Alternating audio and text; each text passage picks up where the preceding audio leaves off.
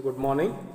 See, in last class we have discussed about the introduction part of our constitution and about the constituent assembly, the members of constituent assembly, then the problems faced by our country and why this constitution was introduced and when it was introduced and who was the main important chief architect, we can say, of the constitution. We have discussed in the last class. In this class we are going to see about the preamble of the constitution. No, the preamble of the constitution. The constitution has combined in itself the best features of the different constitutions of the world and has its own preamble. The preamble contains the fundamental rights, policies and ideals of the constitution. It is the sum of structure, values, principles and the goals of the constitution, and it is based on the aspirations and ideals of people of India. Understood?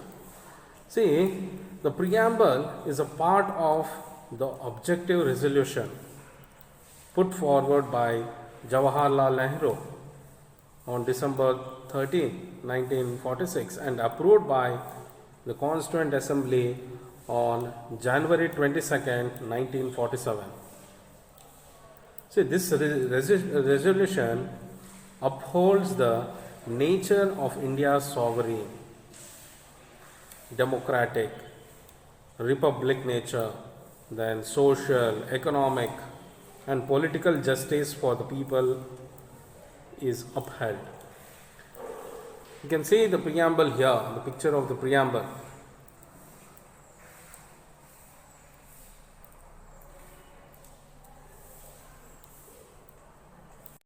I'll read out the preamble of the Constitution of India. We, the people of India, having solemnly resolved to constitute India into a sovereign, socialist, secular, democratic republic and to secure all its citizens justice in social, economics and political, liberty of thought, expression, belief, faith and worship.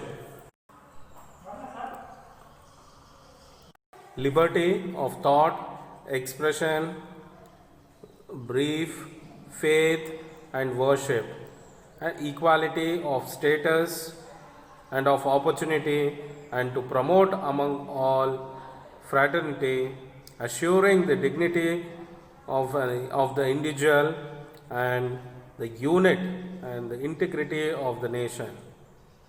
And in our Constituent Assembly, this 26th day of November 1949, do hereby adopt, enact and give to ourselves this constitution. Understood? You can also see in the textbook. The preamble to our constitution is meaningful. It describes our political system and is a key to understand our constitution. It has been described as the jewel of the constitution. You know how important jewel is for ladies and even human beings. Jewel of the constitution. And K.M. Munshi has referred to it as a political horoscope. We, the Indian citizens, the preamble of the constitution begins with we, the people of India. The Indian constitution is framed by Indians. It strives to fulfill the dreams of Indians. See, the next you can see in our preamble, we, the people of India, having solemnly resolved to constitute India into sovereign. Now let us discuss about what do you mean by sovereign. Understood? You know, sovereign means supreme power. So India is a sovereign country. It is not depending on any other country. and not under the control of any other country in the world. It is not a part of any bloc, and it has its own foreign policies, non-alignment policies, and 5-year plans, by implementing which the country has achieved internal and external autonomy. Understood what do you mean by the sovereign? Yes. Next, a socialist. What do you mean by socialist? The goal of our constitution is to create social equality and promote welfare of all people in our country. Understood? The country should take care of the people. The government should take care of the people. Understood? So, to enable this, directive principles of state policy have been incorporated in the Constitution through 42nd Amendment done in 1976. So, important point. Through this amendment, land reforms and other progressive economic reforms were introduced. Understood? Like tax policies and all were introduced, land tax policies and about the economic reforms were introduced. Next, secular. The secular means the word secular has been incorporated in the Constitution through 42nd Amendment in 1976. No religion has been given the status of the national religion. Understood?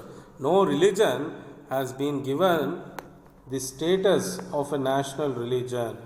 So, India is a secular country. Citizens have liberty. Liberty means freedom to practice any religion they desire. It means as they wish. All religions have equal status in India.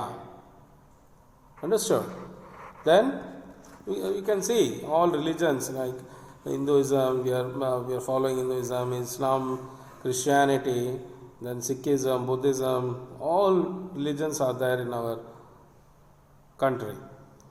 So next we'll see what we mean by democratic republic. Securing the happiness of everyone is the responsibility of a government in democracy.